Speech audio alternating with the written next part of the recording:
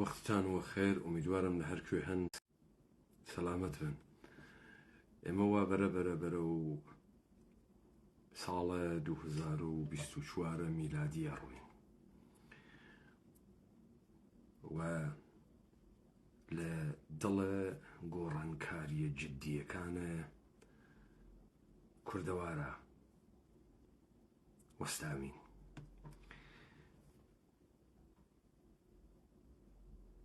من ئەم ڕۆژانەم بەناوە ئۆکتۆبرە کۆتایی ناونیە لە دەر و دیوارە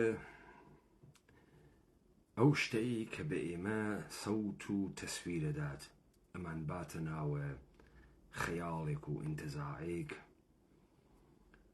زوانە شەکەردار و شیرین و زوانە پڕ لە سڵح و ئاشتی و زوانە پڕ لە بەختەوەری و پڕ لە سەعادەت ئەتکێت. ئێمە لە دەر و دیوارمان نەسیحەتکەرمان بۆ ئەتکێت و دائەچۆڕێت کە وعدەی بەهەشتێک و داهاتوویەکی خۆش ئەدەن بە ئێمە لە ژێرە چمکگەلێکی پەیدابوو دروستکرا و داتاشا و بەدەستە مرۆڤەکانە دنیای غەرب. دنیای غەرب بۆ ئێمە ناو نریاگە بە دنیای ئازاد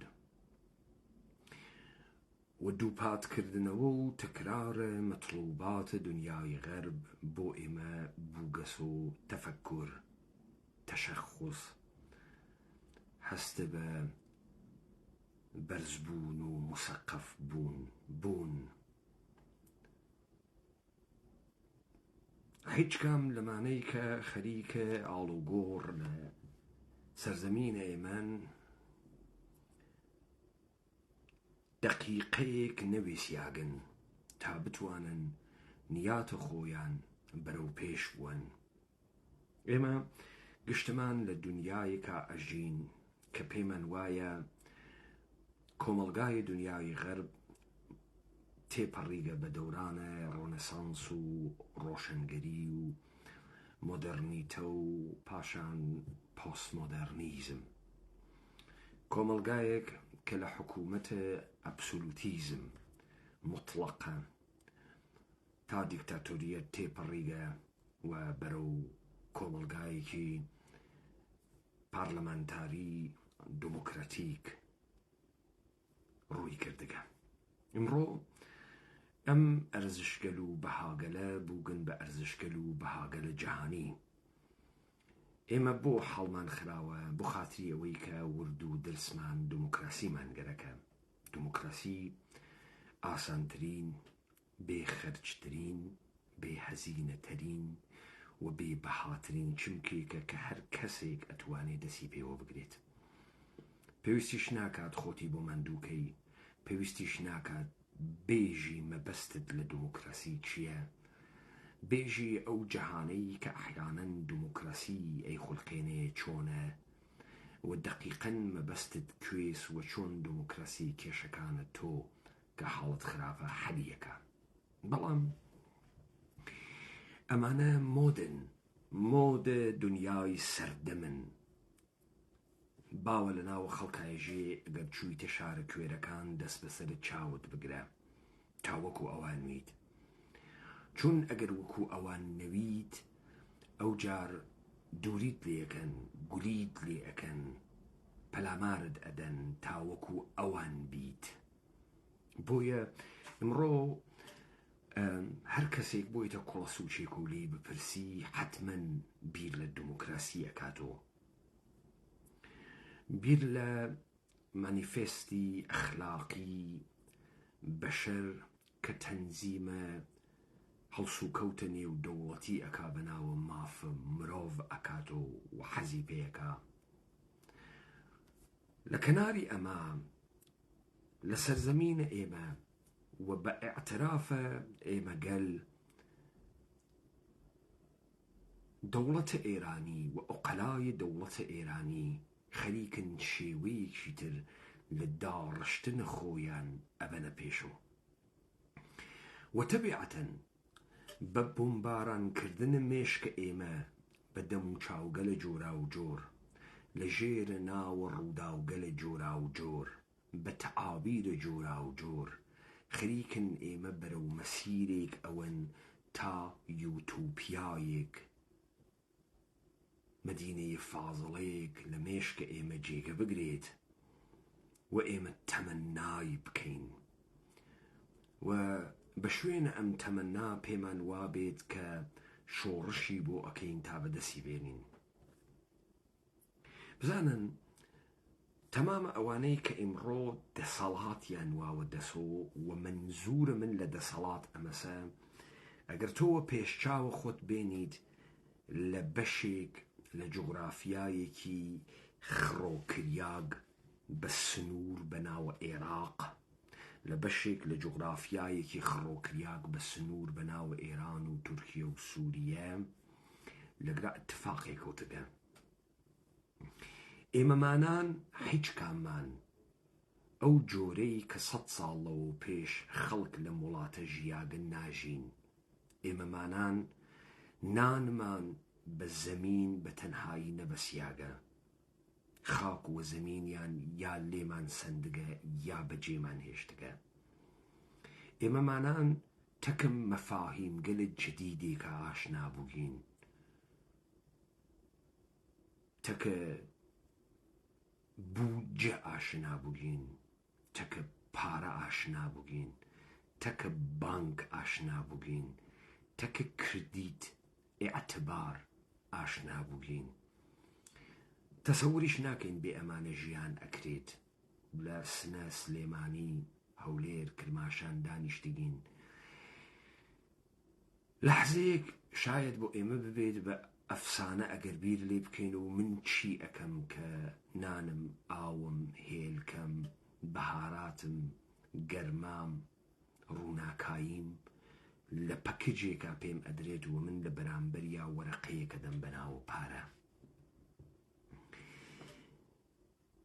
ئەمە دابەشکردنە کارە و ئێمەگەل دەسمان لە چۆنیەتی ژیانە کۆنە خۆمان هەڵگرتگە پێیان هەڵگرتگین و تەمامە ئەم سەرزەمینە و ئەم وڵاتەی کە تیا ژیاگین و جاران ژیانی بۆ ئێمە ممکن کردگە بە جێمان هێشتگە خڕەو بووگینە سۆ لە جێگەگەلێکا لە دەوری یەکتری بە شێوەی لە یەکترنجیاگ بەناو شار. پێشمان وایە کەسابەت ئەکەین و شت ئەفرۆشین و ترۆزی تێرین و ترۆزی ئەفرۆشین و پێمان وایە کاری بۆرس ئەکەین و کارە فڵان ئەکەین و یەک سری شغڵە جدید بۆ ئێمە دروست بووبن و ئێمەش نازانین بەڕاستی ئەم پارە لەکوێ دەرتێت، ئەم هەڵس و کەوتی ئێمە چی زیاد ئەکات، چی بەرهەم ئەهێنێت کە ئەبێ بە پارە. هەروە نەزانین کە ئەبێ بە پارە و بە ئەم پارە ئەتوانین کۆمەدیتی وە کاڵا بسێنین. دەوڵەتە ئێران هەرەمەسە، دەوڵەتە عێراق هەرەمەسە، دەوڵەتە تورکیە هەرەمەسە. شاید ئێمە خەریکین لە ڕووبەرێک و هێزە سەختە سەربازیە بینین، بەڵام هێزە سەختە سەربازی ئاخرین قۆناغ وەکو فارسواتەنی مەتەرسەکە سەرە مەزراس ئەوەی دای ئەنی تا باڵندە خەسار نەگەێنێ بە مەزراکەت. پێشووتر ئێمە هەڵس و کەوتمان بە یاسای دەوڵەتەکان کۆنتڕۆڵ کریاگە و بۆ ئەم هەڵس و کەوتە ئەوان تەمامیەتە توندوتیژی وا لە دەستیانە بە هێزە پۆلیس، بە هێزە سیکرێت و بە ئەرتەش. دوو تەمامە نیازگە لە ئێمە ئەوەی کە بژێویە ئێمە بەردەوام ئەکاوا لە دەستیان. ئێمە چی کار ئەکەین بە دینار، بە تمەن، بە لیرە پێمان ئەدرێت و ئەبێ بە ڕەقەم لەسەر شتێکا بەناوە ڕەقەمە بانک. ئێمە ئیمڕۆ لە توورە ژیانمانە کە تێنە دەرۆ گەرەکمانە دوودانە نانسێنین دەبێ کارتێکی بانک لە گیرفانمانە دەربێرین لە جیهازێکی بدەین و ئەو جیهازە لە حسابەکەی ئێمە ڕقەمێک هەڵگرێت تا دوودانە نان بەن بەدەسە ئێمەوە ئێمە بڕۆین بیخۆین برسیمان نەوێت. دەوڵەتە ئێران سیستەمە ترانزەکشنە، یعنی دانە پارەیە. ئەمە لە دوا کەوتوترین لادێکانە تا مەرزە پێنجوێن تا ناوە تاران هەموو ژیانی ئێمەی بە یەک و بەستگەسەوە گرتگیسی. ئەگەر ئێمە تەسەورکەین شکاندنە ئەمە کارە ئاسانێکە، تەسەورە غەڵەتێکە.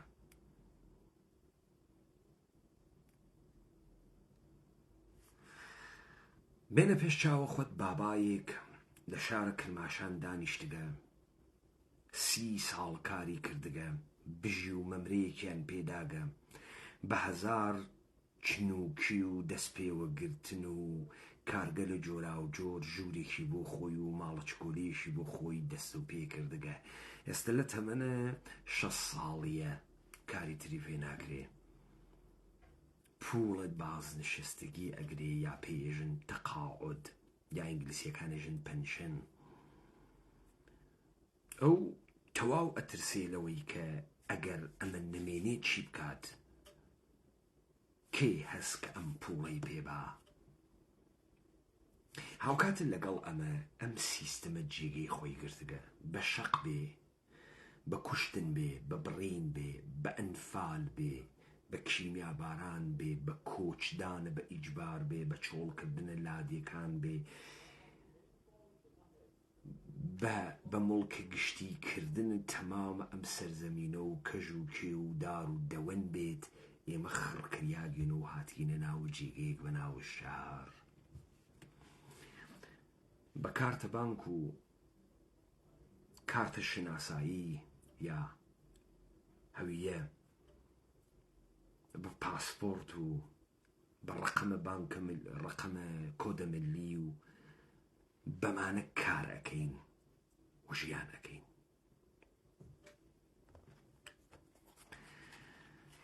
بەڵام دەوڵەتە ئێران دوای ئەوەی کە تەمامە ئەمانە دەوڵەتە عێراق تورکیە تەمام ئەمانەی بەسەر ئێمە هاوردگە، ئێستا خەریکە جۆرێکی ترگەرەکی هەڵس و کەوتکە، سیستەم دانریاگە. ئێمە هەموومان ژیانمان گیرۆدەیە ئەمان بووگە. تازەی تر وەکو جاران نین لە هێلکە تا ڕۆن تا نان تا میوەی وشک خۆمان دروستیکەین، تا کەوش تا جلوبەرگ خۆمان دروستیکەین. پێویستمان بە بازار نەبێت مەگەر بۆ تووتون و تەماکۆ و بەهارات. ئەم سیستەمە جێکەوتگە.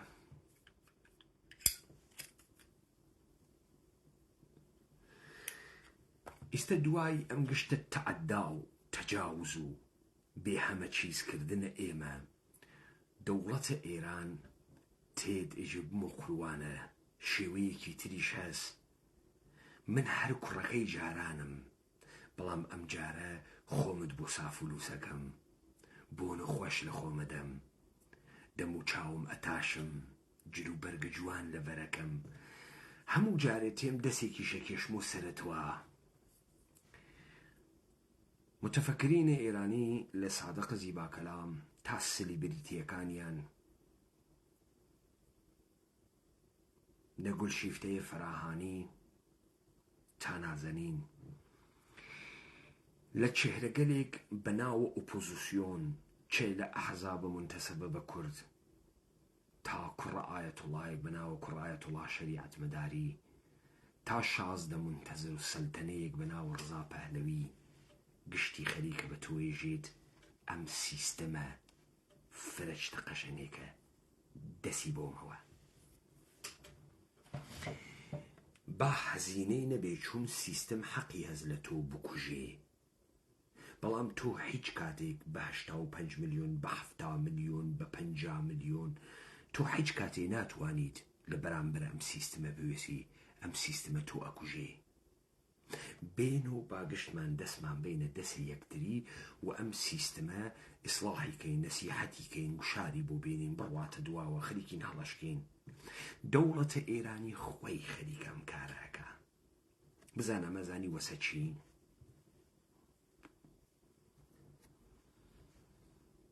وەسە ئەوەی کە تۆ یە دەسەڵاتێکە وەشەق دانیاگە،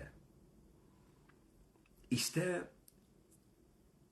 ئیتمینانت هەست بەسەرەوەی کەم دەسەڵاتە کەس لێتی ناسێنیت، گشتی بچووک بووگەسەوە، کەس ئیستەیتر مدعی نییە، گشتی ڕووداریە کرد و داوایە کرد و تۆ داتە ناوت دەمە گشتی، ئیستا ئەتوانیت میهرەبانیش بیت.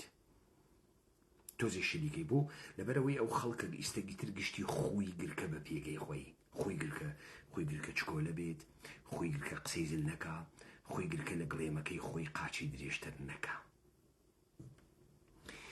بەم سۆڕاوە کوبرا کە کردم گەرەک پێی ببین بێمە سەر ئەوەی کە ئێمە نایەڵین دەوڵەتە ئێرانی پێی وا بێت کە ئێمە خۆمان گرتگە بە چکۆلەی خۆمان، نایەڵین دەست و دەسەڵۆکەکانە دەوڵەتە ئێرانی و یاڵەتە متحدەی ئەمریکا وەکو حکوومەتە هەرێم پێیان وایە ئێمە فاسد بووژین، خۆمان گرتگە بە چکۆلەی خۆمان.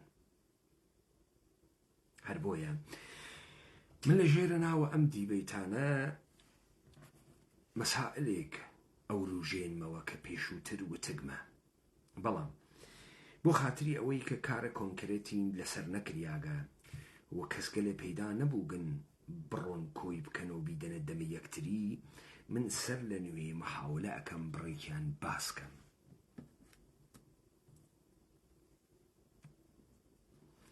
ئێمە ئشتی یەکچت بزانین، هیچ حکوومەتێ و حاکمیەتێک ناتوانێ هەبێت ئەگەر خەڵکێکی نەبێت.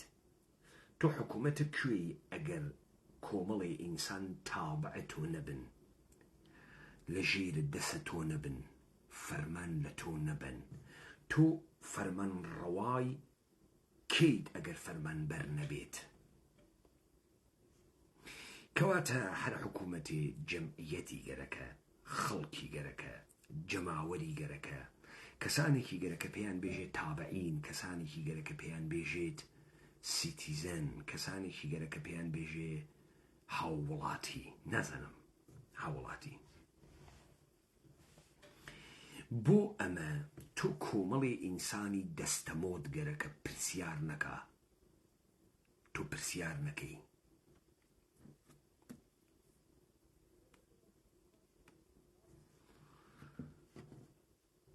جا کە گەرەکمە دەست بکەم بەمە، گەرەکمە بە ئێوە بێژم ئەمەی کە ئەم ئێرانیەتە و ئەم عێراقیەتە و ئەم تورکیەتە ممکن ئەکا بەشێکی ئاخر و نەهایەی سوپای عێراق و سوپای ئێران و سوپای تورکیەس.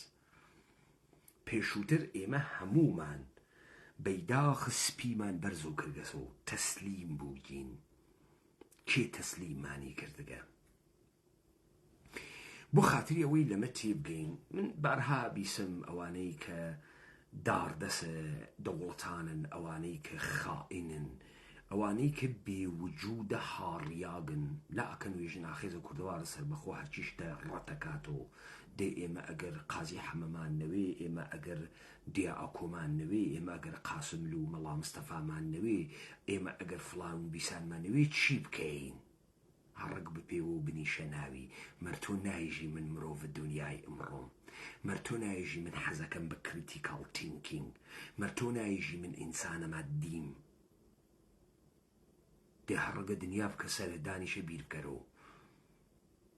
بۆ پێتوانیە کە تەمامە ئەمانەی بە تۆ دریاگە دروست. تۆ هەموو خولیاکانت بەستگەسەوە بە درۆ و لە ناوت درۆوە لەگەڵ درۆوە خەریکی ئەژیت. بۆ خاترێ پێتی سابت بکەم تۆ وایتە ناوت درۆوە. من ئارگیۆمنتێک ئیستە تەرحەکەم کە بارهای بار بیستکتانە و ئەم ئارگیۆمنتە شی ئەەکەمەوە و پاشان ڕەدی ئەەکەم. کەم نین لە ژێرە ناوە ناسیۆنالیزمە ئێرانی و بە تەبعەیە ناسیۆنالیزمە ئێرانی ئێوە گەل لە ژێرە ناوە کوردبازیە گەرەکتانە بگەڕێنەوە بۆ مێژووی کورد.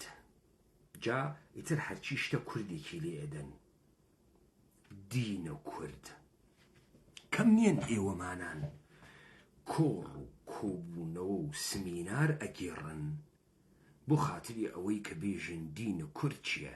کەم نیەن پرتۆکی چاپتان کرد بێت و باسە دینە کورد نەکەن. هەر لە پیر لوقمانەکەی سلێمانیتان و وا زەردەشتیگەری هاورد بوو و ورد و درستان بە دیارە زەردەشتیگەری و ئەهورە مەزداوە هەڵ ئەقونین و دا ئەقونین و بە دینە کورتان ئەزانی لە فەرهاد سەنگاوی بۆڕەبۆڕ کەرگرتگە تا کوردبازە حیزبی و پەکەکەیی گرتگە لە هێنانە ناو زەردەشت و زاگرۆس و ئاتەشکەدە گرتگە تا اتفاق گەلێک کە ئێمە پەیوەند ئەدا بە مەراسمە پیرە شالیار و ئەگرا هەورامانە و یعنی خۆر ئامان و ئامان خوەر و خوەر بێ و خوەر نەیە و ئەمە یەک قسەی واتیە ئەمانە ئیدعا ئەکەن کە تۆ و ئێمەمانان بۆ گشتە ئەمانە ئیدعا ئەکەن ئێمە دینمان بووگە چون یشتێ بەناو دەوڵەت ئێران دعاکامانە زەرتشتی بووگەن شاهنشاییان لە زەردەشتی گرتگە چون یەهودی ئێژێ من دینم هەست چون عەرەب ئێژێ من دینم هەست بعد ناگەهان تەماشاکەی کورد بە هەرچی شتە ئالوودەست بە بودایی ئالوودەست بە ئیسلام ئالوودەست بە یەهودیەت ئالوودەست بە مەسیحیەت ئالوودەست بە زەردەشتیەت ئالوودەست ئالوودەی ئەکەن بەڵام جالبە لە ناوە هیچ کام لەم دینانە بۆ کورد دەسەڵات دروست ناوێت ئەم پرسیارە من بیستێک بە فرە ئەحمەقێگەی کا ژی ئیسلام خێری داوە بۆ تورک ئیسلام خێری داوە بۆ فارس ئیسلام بۆ خێری نداوە بۆ ئێمە لەبەرەوەی تۆ شتێ تێنەگەیەکی دروست بەحسی ناکەی لەم سەرزەمینە ئێمە با من تەرحە یەک حکم بکەم لەم سەرزەمینە کوردەوارە حتا 300 ساڵ ڕابردوو یەک دینە سیستەماتیک ڕێکخراوەی گشتی مەوجود نەوگە درۆ ئەکەن ئێمە نە زەردەشتی بووین نە زروانی بووین نە مانەوی بووین نە مەسیحی بووین نە یەهودی بووین نە هیچ چەشنە دینێک بووین کە سیستەماتیک بێت داڕژا بێت دەستگای هیدایەتکردن و کۆمەڵێ کتێب و پڕتۆکی بوویت و کۆمەڵێ متەخەسسە کتێب و پڕتۆکی بوویت و کۆمەڵێ یاسا و نەریت و سرود و شعار و ئەوانەی بوویت ممکن نیە مستحیلە لە سەرزەمینە ئێمە نەوگە جا ئیستە منم حکومم بە باسکەم ئێمە زروانی بووین یعنی باوەڕمان بەخوای زروان بووگە بەخوای زەمن بووگە خوای جەبر خوای تەقدیر دەی لە هیچ کوی ژیانە کورد نیشان نادا کە کورد مل بە تەقدیر چارەنووس ئەدات ملی پێ ئەدات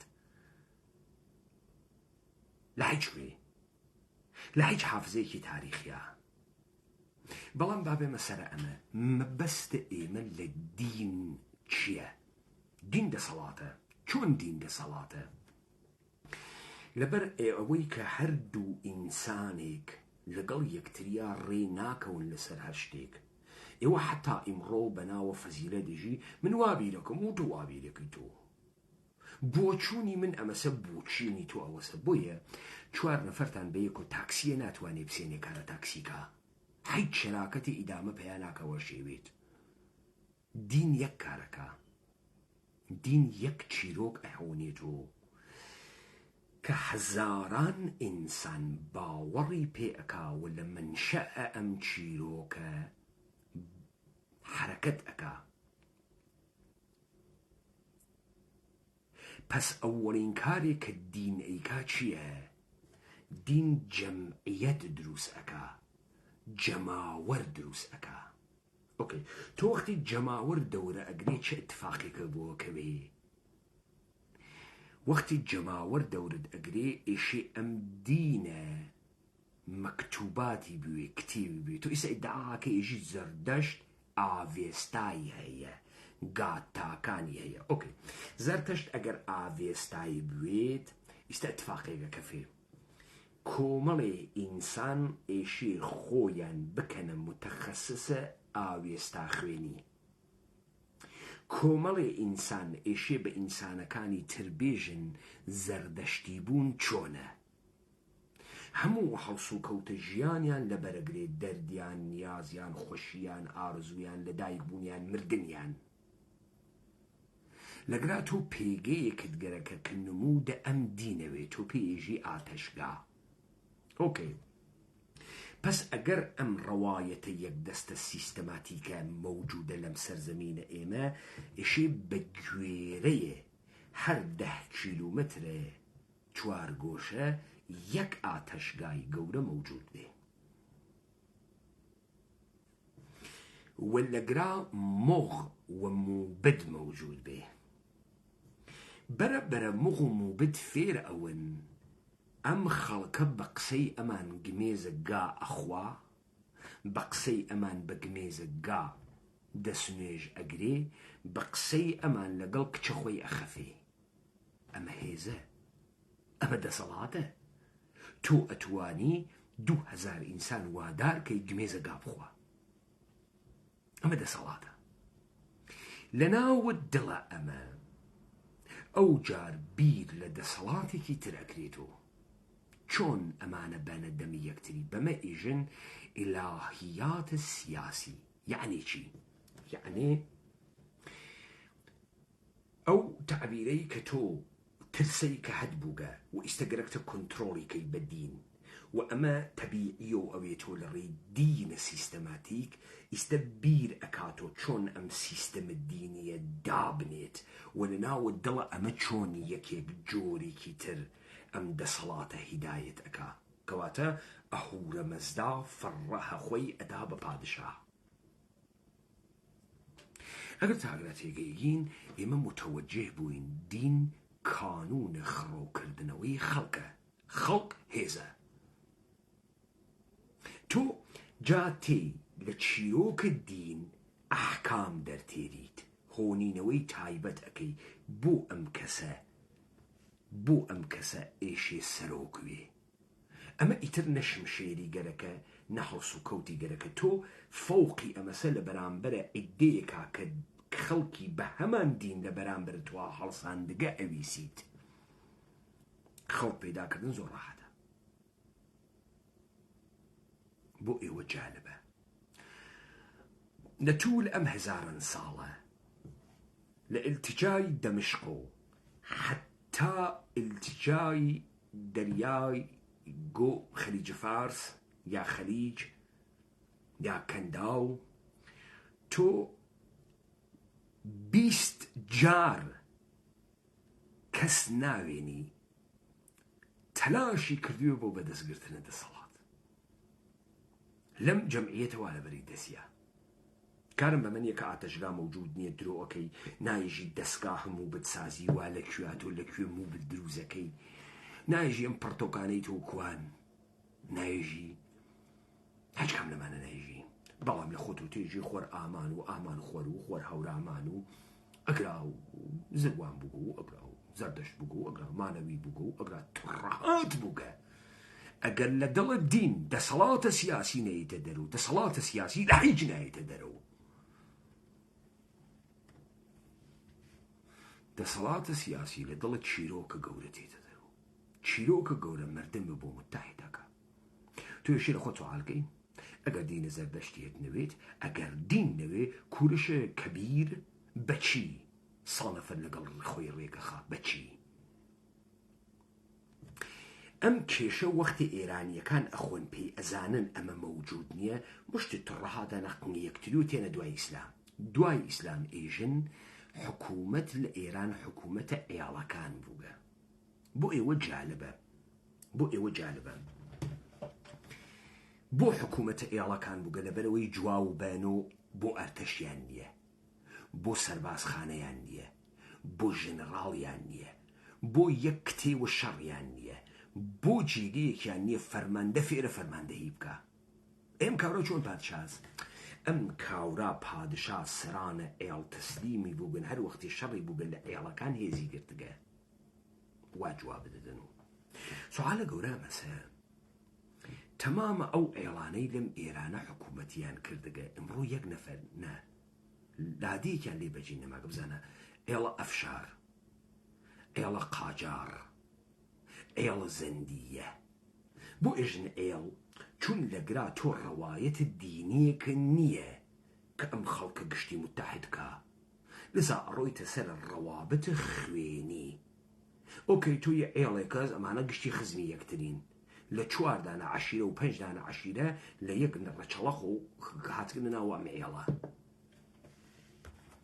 ئەمە ممکنترین تەسەورە ئێرانیەکانە جەلال تاوبانیژە 2500 ساڵ ئێرانیەکان حکوومەتیان هەست هاوەتە ڕۆ خۆ پس لەگرا ڕەوایەتی مشتەرەکی مەوجود نییە ئەمانە پەنا ئەوەنە ئێڵ 5000 نەفەر مەسا ئێڵە زەندیە سوالە گەورە ئەمەسە لە ئێڵە زەندیە لە ئێڵە ئەفشاریە کە ئەمانە هیچ کام نیە لە سەرزەمینەیە ماوان نای و بیاوان و میاوان و نازانم لای ئەفغانستان و جالبی ئەمەسە ئێمە لە ئێڵە جافە تەلاشت دەسەڵات ناوێنین حکوومەت دروستکە ئیستە حکوومەتە نادرە ئەفشار حکوومەتە زەندیەیە کەریم خانە زەند حکوومەتە قاجاڕیەی 170 ساڵە ئمڕۆ یەک لادێ لە ئێرانە مەوجود نییە بێژێ ئەمە لادێ قاجاڕە بەڵام کەفری کەلار چەمچەماڵ کەرکووک هەڵەبجە شارە زور جوانڕۆ سەرپێڵ کامێران ڕوانسەر سنە بان لەیلاخ قوروە بێرە خوارۆ سەقز مەریوان بەشێ لەبانە ئەمانە جافن نەگلادەیەک دەیان شارە بوو ناوەوەم جافن دیوان دەرە جافن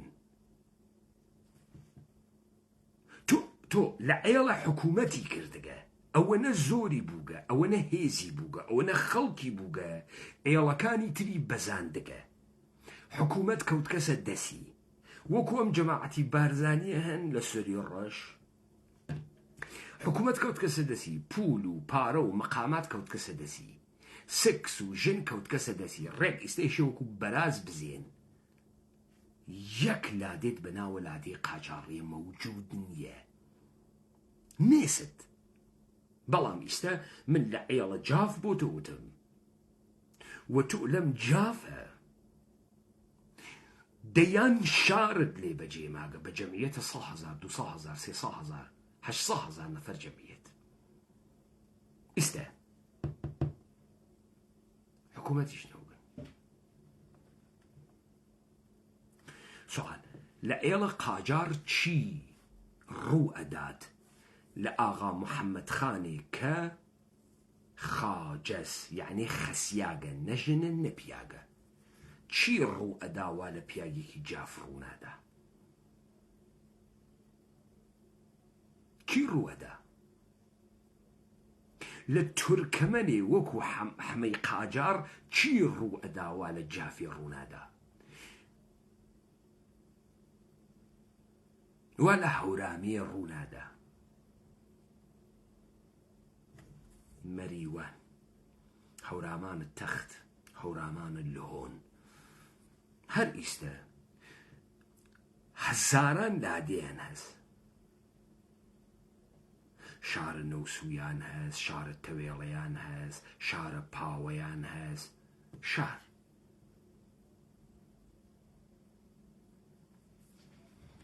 چۆن ئەمانە نەیانتوانی گە ئێڵاتە تربێر نەژێر دەستخۆیان ئەمما ئێڵە قاجار ئەتوانێ بگارە بکە چی لەگرا ئێرانیەکان ئەکەونە تەقلە لێدان جواود نادەنەوە بۆ لەبەرەوەی هەموو حکوومەتەکان ڕاتە سەر حەوا ئەوانەی وا بەخۆیان ئێژن کورد و ڕوویگن مێژویان خوێندە سۆچی کابرا هەموو ئەقڵی بووگە بەمە دێمە لێ بسێنی تۆ خۆ قسەی بۆ کردن نامێنی قسەی بۆ کردن ئەمێنێت نە قسەی بۆ کردن نامێنێت خۆ سوال ئێمە کێوگین زەردەشتی وین چۆن لە ناوە دڵم زەردەشتیە حکومت ناتکەسە دەرەوە 1 2 3 4 5 100 حکومت ناتکەسە دەرەوە چۆن ناتکەسە دەرەوە چۆن لە ناوە دڵم زروانی حکومت ناتکەسە دەرەوە چۆن ئیلاهیاتە سیاسی ناتکەسە دەرەوە بێت هەم ساڵە بۆ لێ بەم ئیلاهیات سیاسی کێ خوا وەختی دانەیەکە و مطلقە پادشا دانەیەکە و مطلقە وەکو یەکتاپەرستیە ئەدیانە ئیبراهیمی یەهودیەت مەسیحیەت ئیسلام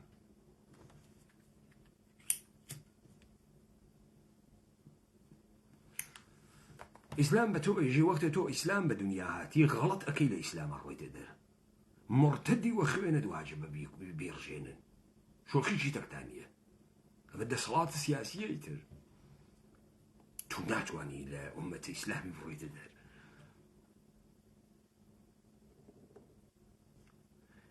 تۆ ئالەگرا ئەفەحمیت تۆ هیچ دینێکی سیستەماتیکت نییە کە جەمعیەتی دروست کردوێ ئەم سوعالە وڵا ئیسلام بوو بە خێر بۆ تورک ئەی بۆ تۆ نەوەت خێر هەنگاڵ بڕیاک ئیسلام یانە ئەمەی کە یەک جەمعیەتی 2000 نەفەریە تورک مغۆلە وحشی یە خوایەکیانەز ناوی ئەڵڵاس یە پێغەمبەرێکیانەز ناوی محەممەدە یە موسحەفێکیانەز ناوی قورعانە گەشتیان وەیە کە ڕۆژە جمعە لە مزگەوت جەمەون دەی خوێڕی ئەمە لە سلێمانیش ئەکرێت ئەمە لە سنەیش ئەکرێت ئەو جەمعیەتە لەوێ خڕەوێت و لەگرایشە خڕەوێت و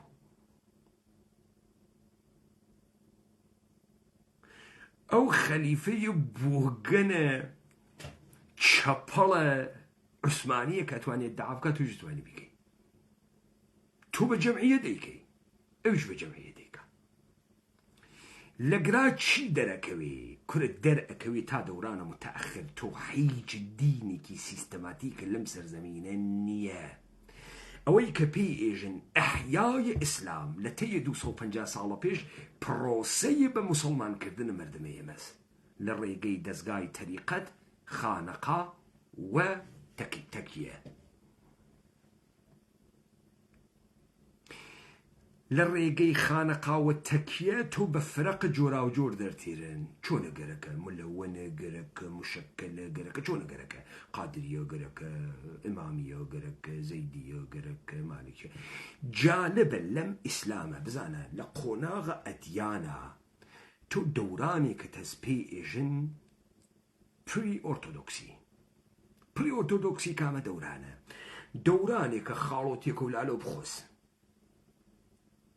هەر کەسی جۆرێ مسلمانە یەکێ تەقلە لێدا یەکێ پشتەک لێدا یەکێ سەماقولات لێدا یەکێ هەڵیە خات و یەکی دەمەنێتە ناو دەمەژنی ئەمە لە گشتی مسلمان وەکو خەوارج و چوزانم وەکو غولات و وەکو شیعە و وەکو زەیدیە وەکو ئیمامیە و ناگەهان یەک دەورانێ دەست پێیەکا پێی ئێژن دەوران ئۆرتۆدۆکسی دەورانێکی ناگەهان دوای ئەمەی کە ئەم گشتە پەراکەندگیە مەوجودە بەم نەتیجە ئەگەن کە ئێشەی یەک ڕەوایەت لە دین بکرێ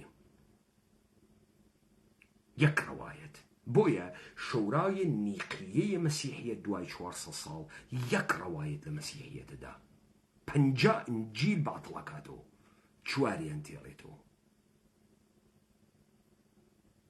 لە ئیسلامیشا قورعانێک دەسەگرێ ئەسووتێنرێ قورعان عوسمان تێ ظاهرەن لەم تاریخە جەعلە تا ئەگەر اشتبانەکەم القادر باللای عباسی ئیعلامەکە ئەم شێوەی قادریەس و ئەمە تەنها ڕەوشە ئیسلام و ئۆرتۆدۆکسی ئیسلامە بەڵام هیچ وەختۆ ناوێت ئێمە اتفاقە بکەفێ لە ئیسلام ئۆرتۆدۆکسی دروست ناوێ هیچ وەخت ئەمە نیشانەدا نە حکوومەتە خەلیفە مەوجود بووە نە خەلیفەی مەوجود بووە کە تەتبیع شەریعەت و حکم خوداوەند بکە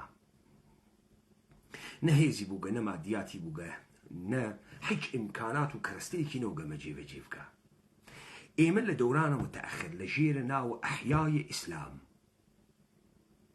بە تەکیە و خانەقا مسڵمانەکرین ئێمە لە دەورانە متەئەخر لە دەورانە تەکنۆلۆژی جادە ماشین مکەبەرە پوڵە نەوت بە شەریعەتە ئیسلامی ئاشنا ئەکرین ئەنا ئێمە هیچ ئاگاهێکمان نە لە مەناسک نە لە مەراسم و نە لە شەریعەتە ئیسلامی بووگە هیچ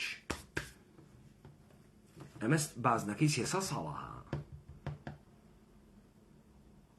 بەڵام ئەوەی کە جەعلە ئیمپراتۆریەتە عوسمانی کردگە، جەعلە دار و خەلافەی تەحرانی کردگە، خۆی هاتگە ئەمە دروست ئەکاوە ئیبنە خەلدونە بۆ تێرێ تا بەحسە ئینحیتاتە دەوڵەتە ئیسلامی بکات. ئەمە ئەقڵە ئێوە نایگرێت، چون لە پرتۆکا جۆرێکی تر نووسیاگەدەی تۆ حەیوانی ئەگەر ئەقڵە نایگرێ لە ناو دین قودرەت تێتە دەرەوە. کوردە قەومی ئیتنیکی لە کەنارەکانە مەدیتەرانە و دەمشق و حتا ئیزە و ئەهواز مەوجودە. چۆن لەم جەمعیەتە پادشای خوێڕیەک نایەتە دەرەوە پادشای زەردشتی بێ؟ چۆن مۆخێک لە ناوە ئەمانە نایەتە دەرەوە ئیدعا بکە مۆغە؟ چۆن دانەیە نایەتە دەرەوە بێژە من محەممەد المەهدیم و جەمعیەتی لەگەڵاوێ سەوارە بەرە ئەم ڕەوایەتە کە کۆیان کردگەسەوە. چۆن ئەمە اتفاقە لە بیاوانەکانە کەوی لوتە ئێران ئەکەوێ لەم سەرزەمینە ئێمە کە جەمعیەتی زیاتر و گەناکەوێ؟ دلیلی وەسە ئەم چتە مەوجود نەوگە ئاغەیان.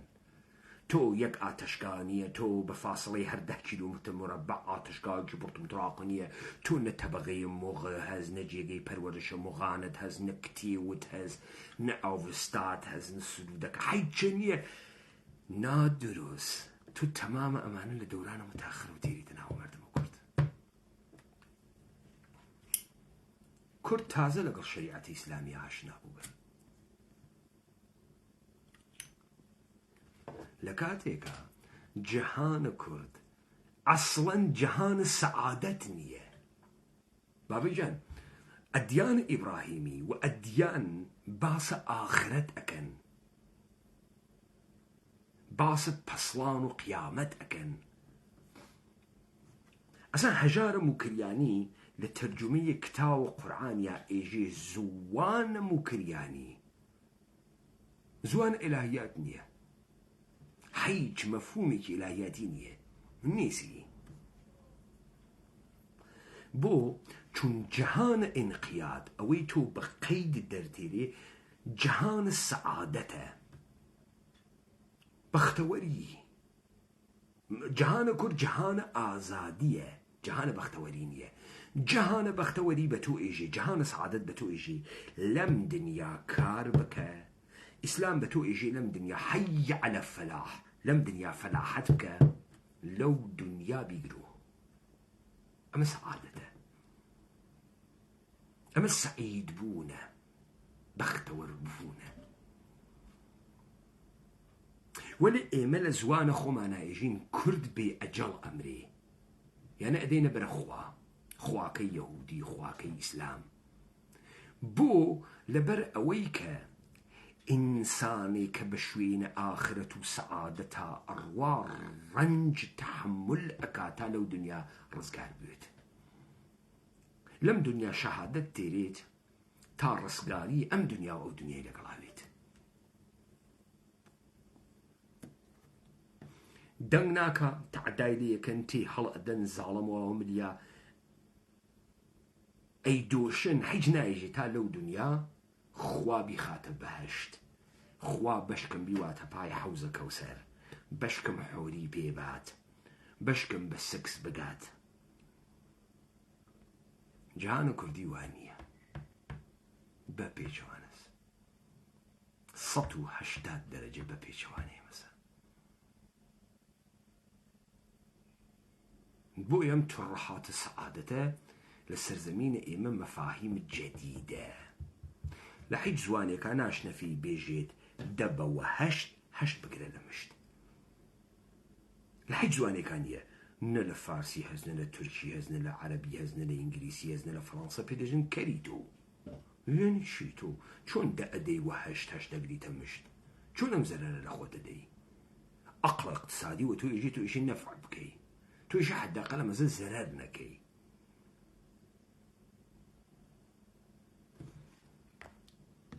خب ئێستا ئێوە دیتان ئیمکانی نییە دینە سیستەماتیک لە سەرزەمینە ئێمە مەوجود بێت. تۆ وەختی ئیدعاکەی ئێمە زەرتشتی بووگین غەڵەت ئەەکەی ئەو ئیدعاکەی، بێجا ئەەکەی ئەو ئیدعاکەی.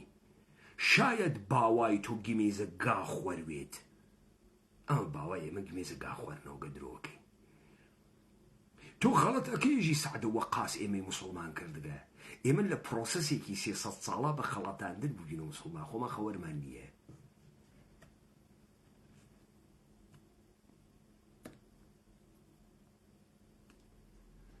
بۆیە تۆ لە زوانە کوردیە وشەی قەرزت نییە، بدهکار و بستانکارت نییە، قەرز کوردی نییە.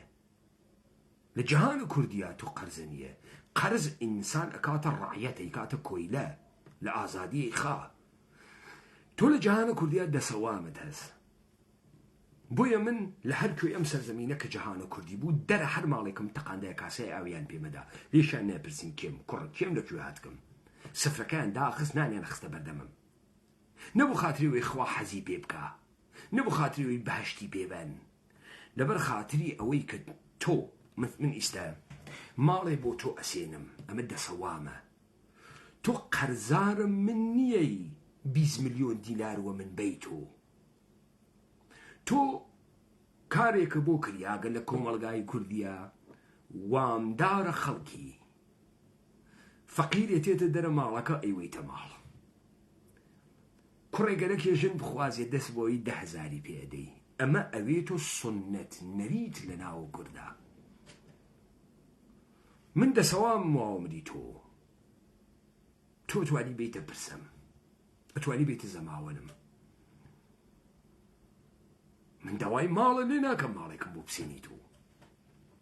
قەرز لە کووردا نییە، چون کورد جەهانە ئازادە، جەهان بەختەوەری نییە، جەهان سەعادەت نییە. مارکس ئێژێ دین قەلب دنیای بێ قەلبە. ئەمە کامە دنیاست؟ ئەمە دنیای ڕستگاری و سەعادەتە. لە دنیای ڕستگاری و سەعادەتە سیستەمە حکوومەتیە هیلارکی لەسەر و بۆ خوار و بە تەقلیدە خوا دروسەکرێ. خوا حاکمە مطلقە و نوێنەری لەسەر زەمینە ئەوێت و پادشاه ئەوێت و حاکم مطلق و حکوومەتەکە، هەروەکو پادشاهای ئیدعایی ئێران. ئەمە لەسەر زەمینە ئێمە ممکن نەوەگە، چون ئەگەر پادشاه نوێنەرە خوددا بواە ئێمە دینە سیستەماتیکمان بواە، هەنگەڵە مردمە ئێمە لە موکریە نەوەڕیا و 10 پادشایان لێبێتە دەرەوە، لە دیاربەکر نەوەڕیا و 15یان لێبێتە دەرەوە. بۆ هەر ئێشەی لە کەویرە ئێرانە بێتە دەرەوە. بۆ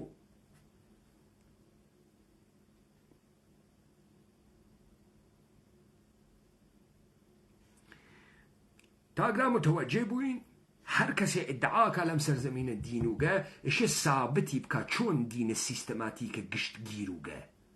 ئەگەر سابتی نەکا هەر غەڵەتێک کە ئەیکا ئەیشێباتە ناو دەمەخۆی. دین یعنی دەسەڵات. بۆیە یا خۆی ئەوێت و حاکم یا لە کنار یا سیستەمە حکوومەت دروسەکە دین.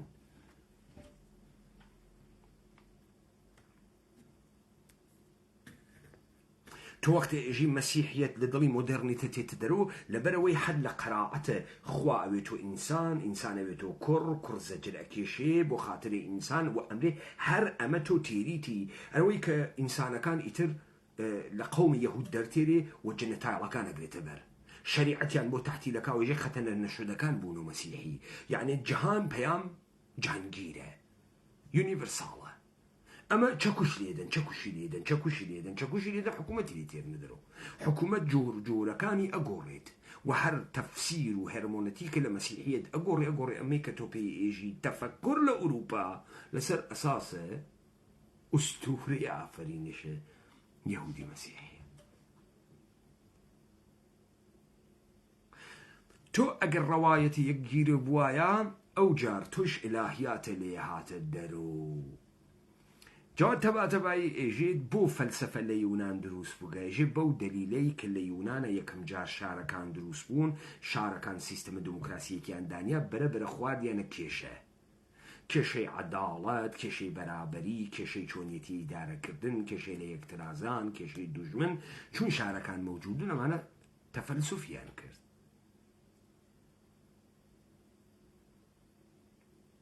ئەگاتە ئێران هیچێکی بۆ نامێتەوە. ئێژێ يشيل لإيران أو شارانة موجود نوغن لذا انتزاع كرياغا جدة هناي تباي شون يودا ادعاء كني مشار ما بقى هش 1,000,000 نفر وهش 100,000 نفر وأصفهان ما بقى بيع ودروشكي بيوتو بيع وريجي بيوتو ريجي دروشك سازي بيوتو شون ادعاء كي وهش دي بقى دي أجر تو شار بقى وهش 100,000 نفر جمعيتي بقى 500,000 نفر جمعيتي بقى شون همان كيشة كبو أفلاطون دروس بقى بوتو دروس نهبي چون ناداوتی و نابرابری و سیل و تراخم و چڵکنی و کەسیفی و ئەمانە لەم شارانی تۆ نییە کە هێزگەردە سەوەمی واوەسەر و مەرتیکە تا تۆ تەفەلسفکەی چۆن ئەم جەمعیەتە ئیدارەکەی هەروە لە خۆیەوە خۆڕست کات کەسە بەرەو باجی داگ و خەراجی داگ و هەروە هیچ تەوزیحێ نادەیت هیچ تەوزیحێک نادەیت تۆ لەبرا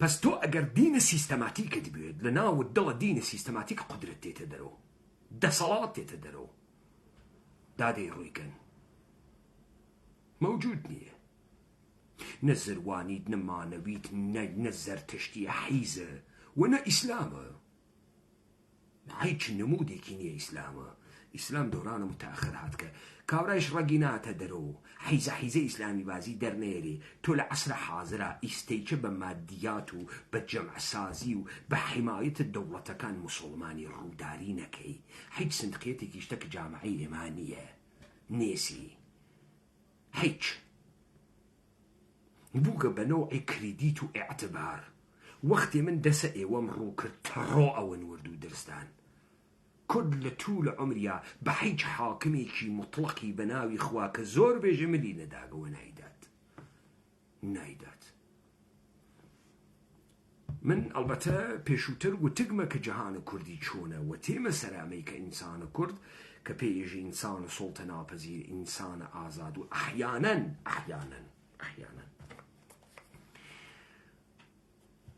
اگر تو انسان بیت فرق لقل حیوان امسا کرده اکی تو تا کردن اکی آزادی مفهوم پیاناکات ای او مانان حسب ما كان بيجن كردياني شوان و كردياني قرد و امانه بو بيد لو ناكن و كردياني كرد يعني تجسم عمل يعني تو وشي انسان حشر بشر امانتنيه نازم مروفتان لكيو هاوردقه ولي باحتمال فرا اوي لقل حيوانه فرق بها كرده شاهد كرد بي من اصراركم لسر من ياها فقط خليكم اماجيكي بيكم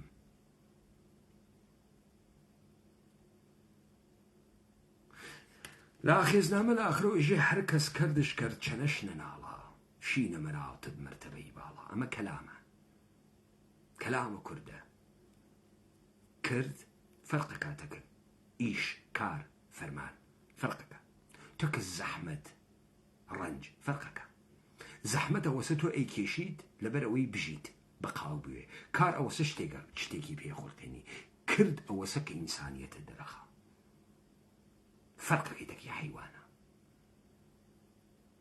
هركز كردش كرد چنش ننالا شين مراتب مرتبه بالا من تواو اواني واحد كلاس زوانيان دانيا وزوان وكرديان كشتيان زوان هر كلمات نية زوان مفاهيم بزانا غيان حيج كسيك بو حيج غريزي خوينا داتا كشت بلان بو چمكا كان خوي داو كشت استا حيج كسي لجامعي اما لتاو برسيتيا نار واد زيب كات خوي خاص كات برسيشها غريزيسي برسيسي ناروا ريسك جياني بكا بلام لجيرنا وكردايتي خير قشتي حاضرة هر كاري بكا ويكا فقط إنسان مقاربكا كواتا إيما ديمان گرفتار بوغين بدس يك عده لا پروردگاران دسه دولتان شرکتی بو نابود کردنه چمک کرد بناو پسپور و نخبو حزب رابرد و کرو دین بازو و متوجه بووی ئەمان ئەسڵ ناتوانن تەسەورکەن سوورەتێکی لە مەدەنیەت لەم سەرزەمینە مەوجود بووکە. بابیان نەزانی چی مهمە؟ من پەیمانە حەیدەریم، من جینێک یا ژێنێکی مێژووی ئەم سەرزەمینەمە، مێنە و نێرینە لە دوای یەک، مێنە و نێرینە لە دوای یەک، ئەم ژینیانە بەم مێژووە گەڕاندگە منی لێ دروست بووکم.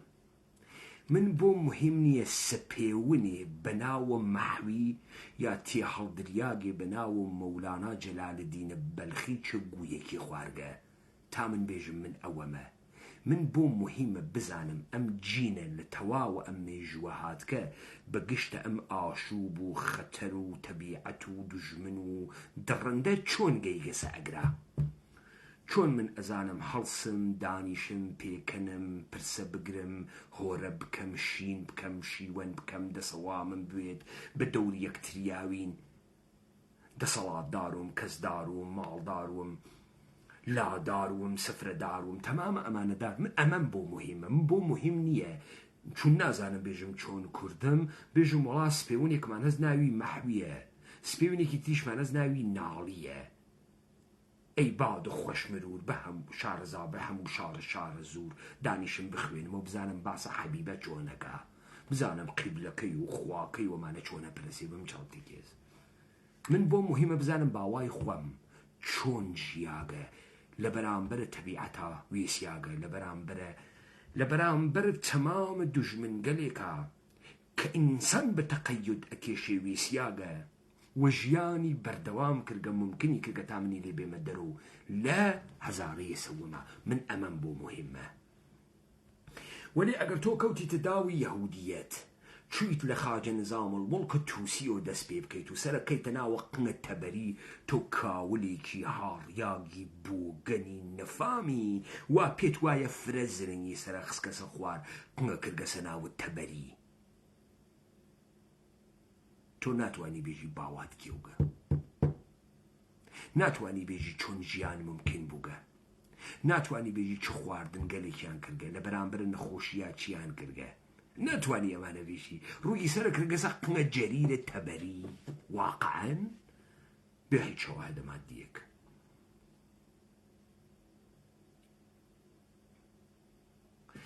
دەوڵەتە ئێرانی لەم سەر و بەندە خەریکی هۆنینەوەی سوورەتێکی تر لە بەردەوامکردن خۆیسی خیاڵی ڕاحەت بووگە نەزمە بازاڕی دانیاگە تەقسیمەکاری کردگە سەمومەنی بەناوە پوڵگر کەسە دەسی و قانونی دانیاگە مؤسساتی دروست کردگە ئێمەی بێ هەمە چیز کردگە ئێستەیژی با بڕۆیت ئەبەدی بکەینەوەی تر وەکو خوا لە ئاسمانەکانە دەستمان پێی نەگا.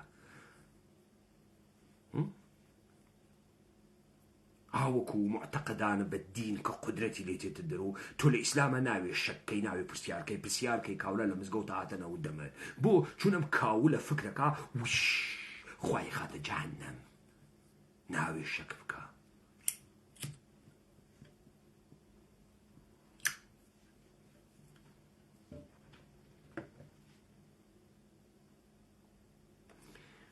ئەگەر لەمە تێگەین و متوجه بووین ئێمە پێی ئەوەین لە ئەهەمیەتە قودرەتە کورد و چمکە کورد کە خەریکە بەحسەکە لە تەجروبەیەک کە مەفهومیزە بووگە بە ئینتزاع گەیگە.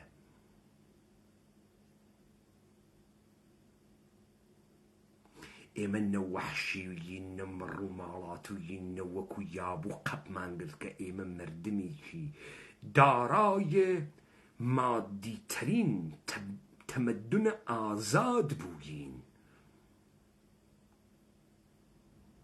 بۆیە قابل دەرک نیین بۆ ئەوانی تر. دنیای یەهودی مەسیحی ئیسلامی ئەمان کوتێت نامانەوە بە جن بە وەحشی بە دواکەوتک بە نەفام.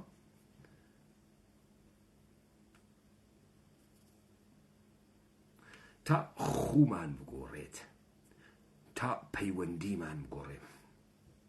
من سرنجەم داگە یارانە ئێمە ڕوبەڕوویە هەر کەسێک بەناوە ئێرانیەت ئەوونۆ وەختی ژن ئینسان و کوردی کێس کاورای ئێرانی ڕەنگی زەردەوێ ژی ئێوە فاشیستن خراوە ئێوە هیچ کەسی وە پیاگ نازانن هەر خۆتان وە پیاگەزانن. بۆ ئەوەڵین بار لە مێژووی مەعاسرە دانێ خۆوە ئێرانی زان إحساس حقارتك على برامبر كڕێکی موکریانیە ئەزانی بوو لەبەرەوەی کاورای تارانی و شیرازی ئەسفەهانی ئەزانی خۆی هیچێ نییە ئەزانێ بابێشی کێوگە ئەزانێ چوار نەفەر کەسوکاری نییە ئەزانێ فرە جەعلە و هیچ پەیوەندیەکی لەگەڵ ئینسانەکانی ترانیە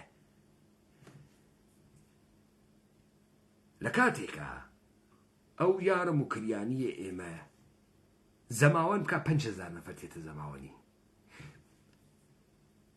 پرسیان بێ 40,000 نەفەر ڕواتە پرسەکەیان خەومیانن خزمیانن دۆسیانن ئاشنایانن بە یەکتری ڕەبتیان هەز واقعیترین جەمعیەتن ئەم مەردمی کوردە پێیان ئەوە تۆ F-35 نییە ڕۆڵە تۆ خەڵەتیاگی تۆ ئەسلحەیەکت هەزوا ئەوان نێسیان ئەوان گەرێکیانە دەوڵەت دروستکەن سیستەم دروستکەن تا جەمعیەتیان بێ لەژێر چمکێکی متەوەهم بەناوە ئێران تۆ ئاڕەدی چەقانە لێ ئەدەی 200,000 نەفەر جەمعیەتی واقعیت هەست ئەوان نێسیان بعد کاورای کەرێتی وە تۆ ئێژێت و بڕۆ کڵاشیکۆف بگرە دەست و وەتەنهایی بڕۆ تەقە بکە بابە کاورای کرد قدرەت وا لە جێگەیەکی ترە کارە دەوڵەتە ئێران و دەوڵەتانە منتەقە ئەمەسە جەمعیەت واقعی هەڵتەکێنن تا جەمعیەتە کەزایی دروستکەن بێ پەیوەندیە ئینسانی گەورەترین قدرەتی کە تۆ هەست ئەمەسە تۆ جەمعیەت واقعیت ئەوان نییەن بۆیە تۆ کانونە تەحوڵاتی ئەوان نییەن بۆیە لە تۆ ئەترسن ئەوان نییەن تۆ ڕیشەت هەست نەگرا ئەوان هاوردە کریاگن ئەوان تعلقێکیان بە هیچ خاکێک لەم گۆی زەمینە نەوگە نەیانوگە کەسوکاریان نییە پەیوەندیە ئینسانیان نییە نیسیان حاڵیان خراوەوە ئێوە بیسن و کاوراتوانێ بە تۆ درۆکە خۆی بخۆی ناتوانێت درۆکات ناتوانێت درۆکە لەزا دەوڵەتە ئێرانی بەرەو نەمایشاتە جەدید ئەڕوا و ئاخێزە کوردەوارە سەربەخۆ ئاخێزە کوردان ئاخێز ئینقلابی ترین کوردانە ترین چمکە دژمن تەقێنە دژمن تۆقێنە خۆیشان ئەزانن ئەم ئاخێزە جیهانیە و خۆیشان ئەزانن ئەمە نابودیانەکە خاسەزانن ئاخێزە کوردەوار بەرە ئەمانەگرێ نایڵێت نەتێڵێت کورد نابوود بوێت نەتێڵێ ئەوان بەسەر کووردا باز بن نەتێرێ ئەوان لەسەر جێگەی خۆیانە دانیشن هەڵیانە تەکێنین ئیستا ئێمە شەڕە ئیدە ئەەکەین تۆ ئیشێ بزانیت کاکە گیان خاز گوێ بگرە خاز بفەهمە دەسەڵات چییە ئەگەر ژنراڵە نەوگە تا حاڵیت کەم لە پشتە هەر ئەرتشێکە کۆمەڵی هەڵسوکەوت و کار کریاگە تا بە لەحزەیە میل هاوردنەوە تەقاندنە فیشەکێکەکە تۆ ئێشێ خەڵکێکە دروست کردوێت بۆ ئەم خەڵکە کۆمەڵی بەهات دروست کردوێت تا ئەم خەڵکە هەست بکا بەوەی کە کەوتکەسە خەتەر وجودی کەوتکەسە خەتەر دژمن پەلاماریدا بە شەیتان هاتگە بۆی ئیدە ئەمە باتڵەکاتەوە ئەو وەختە ئەو ئەڕوا ئەبێ بە سەرباز ئەڕوا چەکە گرێتە دەست تا بێتە شەڕە تۆ دژمنی شەیتانی گەرەکتە ئەو لە بین بووی بۆی ئەو تێتە شەڕەتەوە وەلێ وەختە تۆ سابتە کرد ئەو جەمعیەت نییە بەها و ئەرزشیشی نییە گشتی درۆست وەختی چوویتە ئەو حەوزە نەیتوانی بەرز بێژێ کە ئەو بۆ هات کەسە ئەم جەنگە ناتوانێ بەرز بێژێتی شەڕی پێ ناکری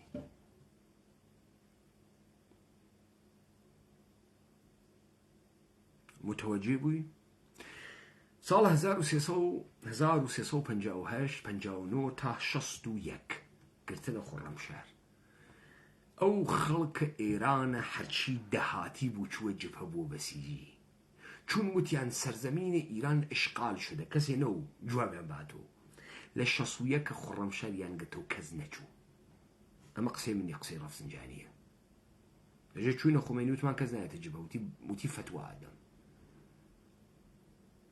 فتوایشیدا کەس نەچوو کەوتنە سەرباز گرگیری کەس نەچوو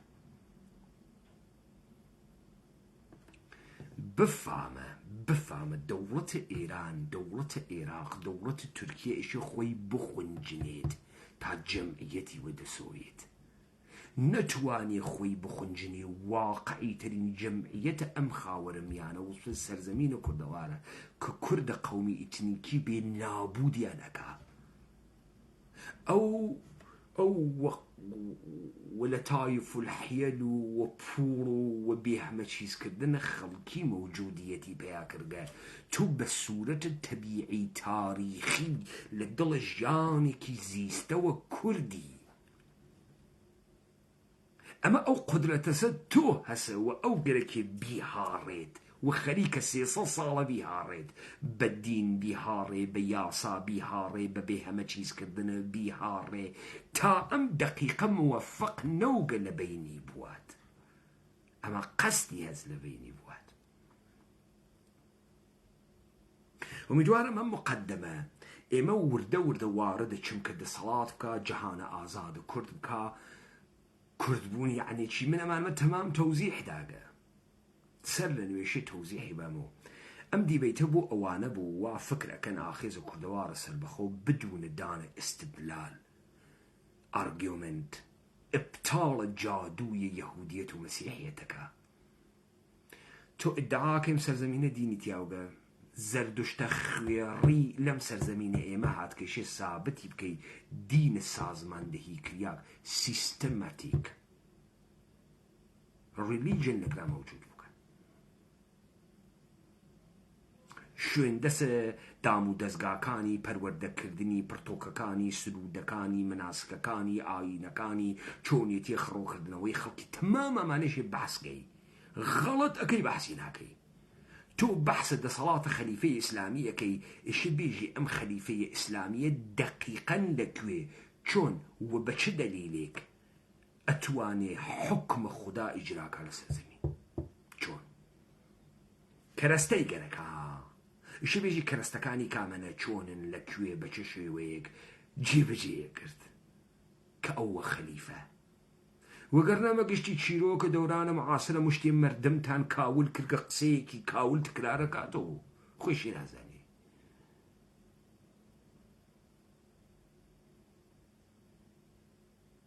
و تکراریە کاتەوە لایەوە خۆش